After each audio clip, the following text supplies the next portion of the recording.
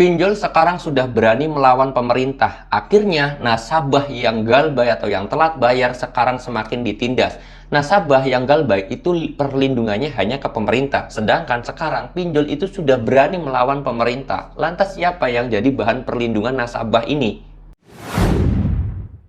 Assalamualaikum warahmatullahi wabarakatuh teman-teman semuanya. Pada kesempatan video kali ini saya ingin membahas yang namanya pinjol ini sekarang sudah semakin berani melawan pemerintah, yang mana pemerintah sebenarnya menjadi bahan perlindungan bagi nasabah yang terkena teror, terkena intimidasi, dan juga ancaman dari DC-DC pinjol ini. Nah, gimana sekarang nasib para nasabah yang sekarang telat bayar, nasib nasabah yang sekarang sedang melakukan galbay, diteror, diintimidasi, dicaci, dimaki, dan yang lain sebagainya oleh DC-DC pinjol ini. Di sini saya mau bahas buat kalian semuanya. Oke, sebelum saya masuk ke pembahasannya, saya ingin menunjukkan beberapa bukti terlebih dahulu kalau pinjol itu banyak sekali yang sudah berani melawan aturan dari pemerintah. Kasarnya mungkin sudah berani melawan pemerintah.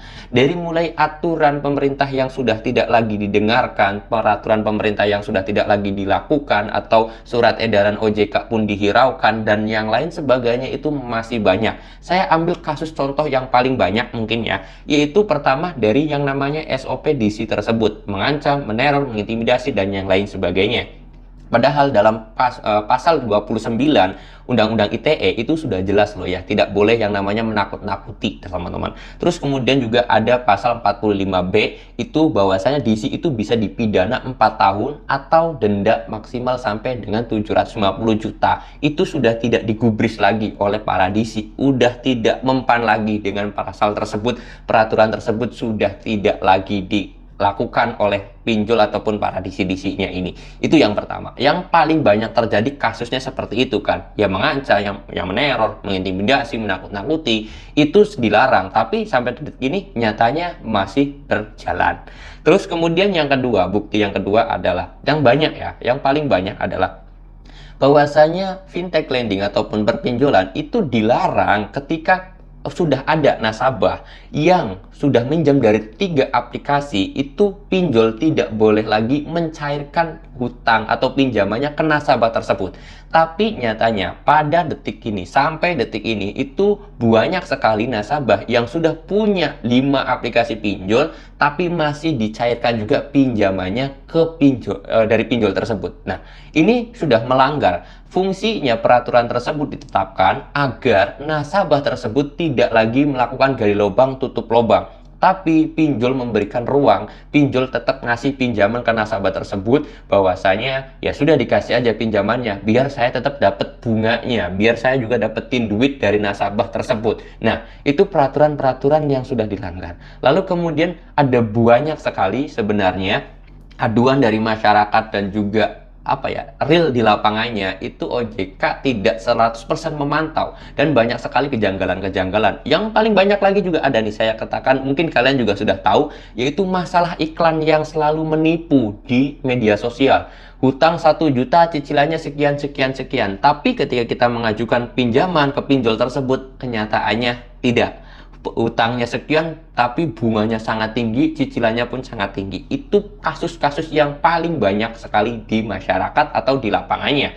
Dan apakah itu pemerintah tidak membuat aturan? Sebenarnya pemerintah sudah membuat peraturan, sudah membuat perundang-undangan, baik ITE dan juga OJK sudah membuat surat edaran, tetapi pinjol sekarang sudah berani melawan hal itu. Dan pemerintah apakah diam? Jawabannya ya diam aja. Sampai sekarang mana buktinya pinjol mau ditutup? Mana pinjol-pinjol yang nakal sekarang sudah dicabut izinnya oleh OJK? Belum kan? Belum banyak pinjol, padahal saya katakan hampir semuanya pinjol itu melakukan hal-hal yang semena-mena, sudah melanggar peraturan dan lain sebagainya, tapi sampai detik ini belum juga dicabut surat izinnya oleh OJK. Nah, apakah pinjol memang sudah benar-benar berani melawan pemerintah? Jawabannya mungkin iya, atau pinjol itu ada kong kali kong dengan pihak pemerintah atau OJK atau seperti apa. Nah, terus nasib kita sebagai nasabah pinjol, sebagai masyarakat itu gimana? Ya, nasib kita harus pasrah dan harus bisa melawan secara pribadi.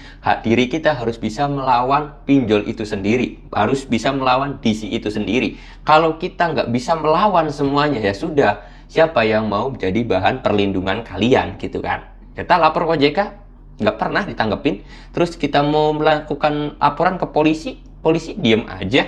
Terus kita mau mengadukan ke Kominfo, selama ini apakah digubris? Jawabannya enggak. Gimana nih? Ya sudah, kalian mau nggak mau harus melawan secara pribadi. Ada telepon dari DC, blokir. Ada chat dari DC, blokir. Jangan pernah dibalas. Ada tagihan surat edaran, sobek. Ada DC datang ke rumah, hadepin. Udah seperti itu aja. Karena ya kita mau berlindung ke siapa lagi. Dan ingat sekali lagi pesan saya, jangan sampai kalian tertekan, takut. Akhirnya kalian itu melakukan gali lubang tutup lubang, karena ketika kalian itu sudah melakukan gali lubang tutup lubang itu kalian jauh lebih berat tekanannya. Oke, mudah-mudahan informasi ini bisa bermanfaat dan mudah-mudahan kalian semakin kuat lagi menghadapi DC, ancaman, teror, dan juga apalah itu tentang pinjol. Kalian harus lebih kuat lagi. Oke, ya, saya hanya bisa membagikan informasi, sharing-sharing, yang mana tips dan juga trik. Next ke depan saya juga akan kasih tips dan triknya lagi, biar kalian itu semakin tenang, semakin enjoy ketika melakukan hal baik. Saya tutup dulu video ini dengan kata, Assalamualaikum warahmatullahi wabarakatuh.